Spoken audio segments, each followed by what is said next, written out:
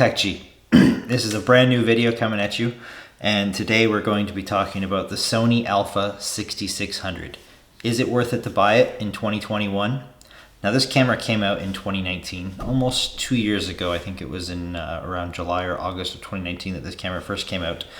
But basically, my wife and I, we were looking to get a new camera to replace our old Canon 80D that we had. Just something to refresh, something a little bit better, something better for video, something better for photo, something that kind of produced better quality, color quality, just all around looking for better things. And obviously autofocus is something that's crucial to us, especially if we're going to be shooting videos and we want to be able to have quick autofocus. My wife, she's a makeup artist, so she obviously shoots a lot of makeup videos and does a lot of photos with models as well. So something like that is very important to her. Actually, today we are shooting this video with the A6400 because we were trying to compare them. We were trying to figure out which camera was actually going to be best for us. And I guess today we'll end up discussing why we chose what we chose and why I'm talking about the A6600. So I guess we can start off with a comparison of the A6600 to the 6400. The biggest notable changes, the price isn't that big of a gap, especially if you can find the 6600 on sale. I find that the 6400s don't typically go on sale that often, especially for a big discount. But we did find a 6600 that went on sale that was actually at a really good deal price that wasn't too much of a delta between the two. But one of the big notable features is the difference in the battery. You do get the larger Z battery with the 6600, which effectively almost doubles the number of shots that you can get between the 6400 and the 6600. The same can be said about the 6000, 6100, 6300. But with that bigger battery also comes the bigger grip. So obviously better ergonomics with this camera. But for the most part, the rest of the camera is actually very similar. The display is the same. You have the same viewfinder. You do get 2 extra customizable buttons on the 6600, which is a nice feature as well. Another big one is if you're looking to use other lenses that are not image stabilized, the 6600 comes with built-in image stabilization in the body. So if you're actually shooting video out in the world and you're shooting, say, with a non-image stabilized lens, the body is going to correct for that. It's going to get it a more steady shot, and you can end up getting a better result in the end. Now, obviously, you can get things like a gimbal or something like that to counteract those differences or vibrations that you would get to help out with smoothing out your video. But in the end, we decided to go with the 6600 just because of some of the additional features, and the cost delta wasn't so large. Like I was saying, because my wife is actually a makeup artist, she was looking to get some of the more prime lenses that were just fixed focal length, something with that she could shoot wide open and get some better quality photos, but also use them for video as well, that they don't have image stabilization like the Sigma 30 f1.4 that she ended up buying for the camera as well, for a lot of photo shoots and product photos as well. In the box, you do also get the strap for the camera. So it's nice that it comes with the strap. It's not the greatest strap, but it's an okay strap. Probably end up upgrading it in the future.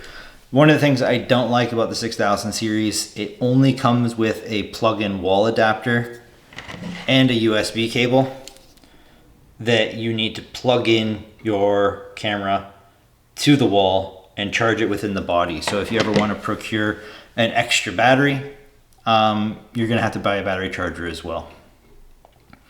So there are some minor drawbacks with the 6000 series, having to buy some extra accessories, but for the most part, the camera is good. Throughout the video, I will be laying in some photographs that I've taken. Obviously, I'm shooting this on the 6400. The video quality that you're gonna end up getting, especially in this type of situation between the 6400 and the 6600, you won't really notice any difference. It has the same image processor, it has the same sensor, It has the same technology built into it, so there's nothing really different that you're going to see in the Alpha 6400 against the Alpha 6600. So there's there's certain things that we looked at for this particular camera that we really wanted to get, and it was critical for us. One of the big things about the Alpha series, or any of the Sony cameras, especially the more recent ones, is their autofocus. Their autofocus is ridiculous. I don't know how else to put that. It's so fast. Like, you can basically put a product out there, and hopefully this works, but it should be pretty snappy. Now, this is set to a fast autofocus, and I do have it set to high autofocus right now as well. It is also shooting in 4K, but it should be able to snap onto the products quickly as you're displaying them. So here's the box, and then take it away.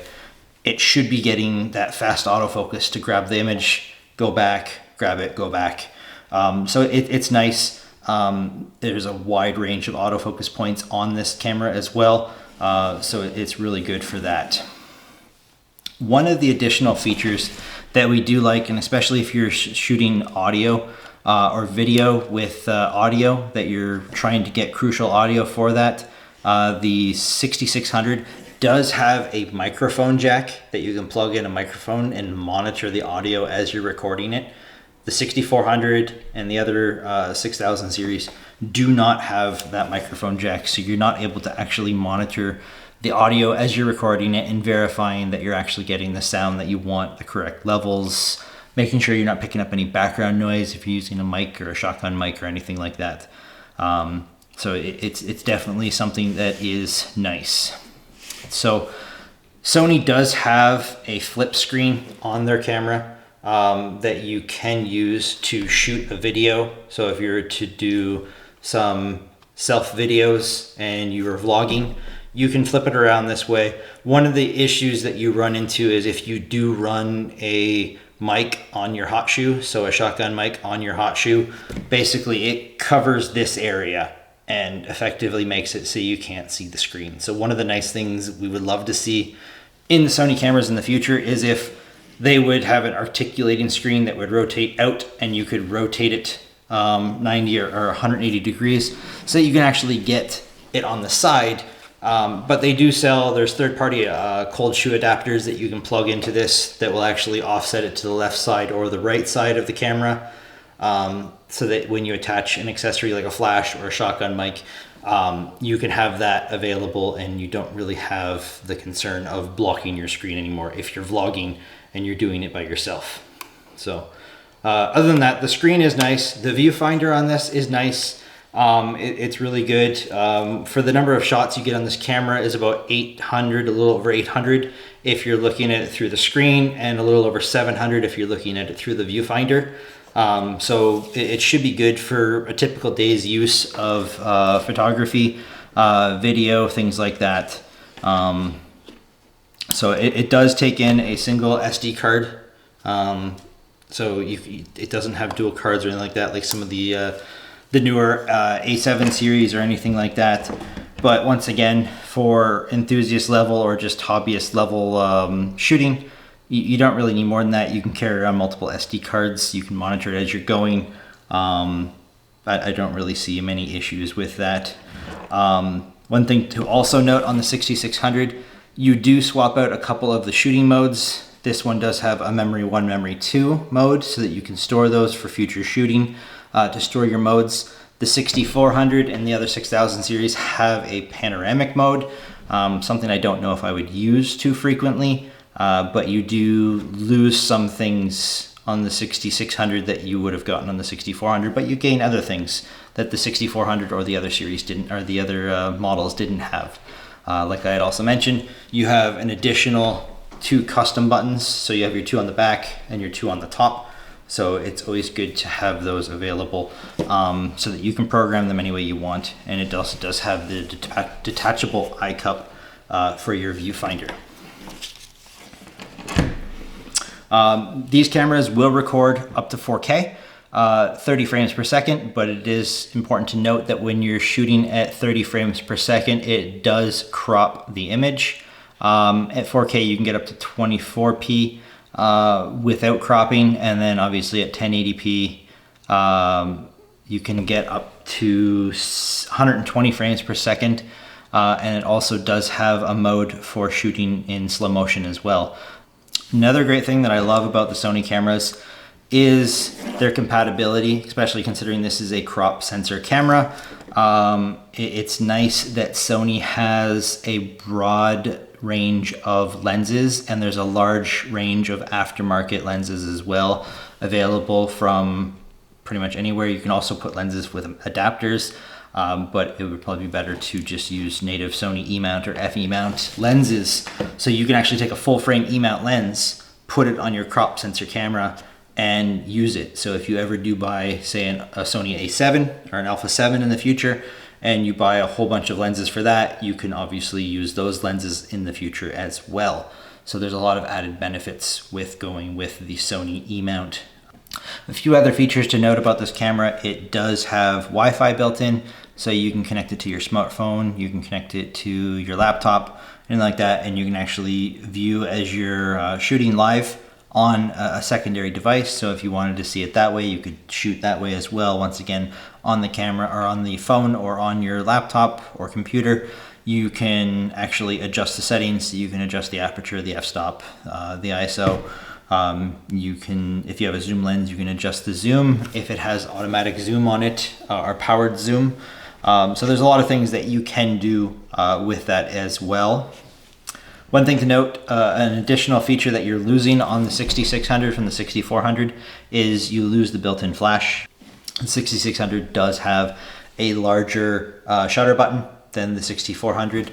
It is quite a bit larger, so it's a little more comfortable. It goes along with the larger grip, which gives you that added ergonomics and comfort when you're holding it, so that when you're holding it, you kind of feel your whole radius of your hand as you're going holding onto it, especially considering I have pretty big hands. So it's nice to be able to grip it and actually have it fully closed in, where there was quite a large gap on the 6400 when I was holding that camera body. So this is a little bit more comfortable, a little bit more well suited towards me, but in the end, they're both nice bodies. To be completely honest, for the price difference between, say, an A7 III and an Alpha 6600 or a 6400, for the level of shooting that we do for video and photography, I know the sensor is smaller. It's a crop sensor. You have 24.2 megapixels on this camera, but really, when you think about it, I don't think we would ever need more, at least right now, for what we're looking at. We are looking at and waiting for the A7 IV to come out. That was one of the reasons why we looked at getting, say, the 6400 or the 6600, because as we're waiting for the A7 IV with the improved technology and the advancements and everything else that hopefully it comes with, this is still a very great, fully packed feature camera that gives you most of what you want without breaking the bank, while we're still waiting for the larger full frame mirrorless camera. The other nice thing about the versus the full frame cameras is that this is quite a bit smaller and quite a bit lighter. So when we were actually looking at cameras, we were also looking at something that could be used as a dual purpose to allow us to travel more easily. In the past, I used to carry around our Canon 80D, and it was a big, heavy camera that I used to sling around on my camera bag on my shoulder at all times. And I honestly did not enjoy it all that much, carrying around that big of a camera. Now, you can get the Sony 16 to 50 millimeter kit lens on this, which is a very low profile compact lens that probably sticks out about this far when you're talking about it being installed. So once again, it's a very small, low profile camera. You could almost fit it in your pocket. I wouldn't put this in my pocket, but you could almost fit it in your pocket. But you can also fit it into a smaller camera bag or a small camera laptop or backpack. So there's a lot of versatility. Let's talk about the price differences between the 6400 and the 6600. So in Canada, the 6400 camera body sells for $1,249, just the body alone. The 6600 sells for $1,899. But one thing to note is typically in the past, I've seen the 6600 go on larger sales than the 6400. So for the camera body, when we bought it, the 6400 was $200 off, which puts it at $1699. And the 6400 was still $1249 for the body. Now you could get that for $1349 with the kit lens, which adds an extra $100, which will give you the 16-50mm f3.5 to 5.6. But once again, we were looking for something that we could buy other lenses for, specifically for photo shoots, to get the level of quality that we wanted out of the camera. So that's one of the reasons why we started looking at the camera body with image stabilization. One thing to also note, the batteries. The batteries are just about the same price. You pay $120 for the Sony Z battery, and I believe it's also around $100 or $120 Canadian for the smaller FM50 battery that you get for the 6400 or the other 6000 series cameras. But with the Z battery, you're getting twice as many shots as you would have normally been getting for the FM battery. So there's a lot of things to consider. So if you want to get the same number of shots on the 6400, right off the bat, you'll need to get a second battery. So you can double up your battery or your battery life or your shots. So normally you get around 425 on the 600 or the 6400 versus the 810 that you get on the 6600. So you add in a second battery there, that's an extra $120, and now you're almost at the sale price of the 6600. So that was our reasoning for it. Like I said, the smaller form factor is crucial for us as well for travel, and it fills in a gap of what we need for now until something like the A7 IV comes out, which we're eagerly anticipating coming out. And obviously you have to buy what's right for you. We ended up buying what was right for us. Like I said, the 6400 kind of checked off all the boxes that we wanted, and it gave us exactly what we were looking for without having to carry around extra products such as a gimbal or anything like that. We could get away with one battery. Once again, we'll probably end up buying a second battery as a backup anyways, because when we're traveling, you may not have somewhere around immediately to charge at all times. And I may even end up buying a battery charger, because once again, once you have a second battery, you can't always just charge them right in the camera body. So there's obviously limitations with the 6000 series of cameras, but once again, it is a really great camera for what you get for the price. And considering the 6000 series gives you such good image quality, you get that Sony color in your images, the Sony processing, they're just really good. The Sony autofocus, the eye tracking, all of those features just add up to a really good package that costs you roughly a third less of, say, an A7 III. So there is some savings there that you get when comparing to an A7 III. And the only reason I'm comparing the A7 III is because we looked at getting the A7 III in the past, and now we're considering getting the A7 IV whenever it may or may not get announced. I'm sure at some point in time Sony will announce something, but time will tell. So that was my thoughts of the Alpha 6600. I'd be very curious to hear your comments in the comment section below. What you think of the 6600, what you think of the 6400, also what you thought of this video. If you have any comments, also please make sure to like and subscribe to my channel. I really hope you enjoyed this video. I know I enjoyed making it, and I wish you all the best, and see you next time.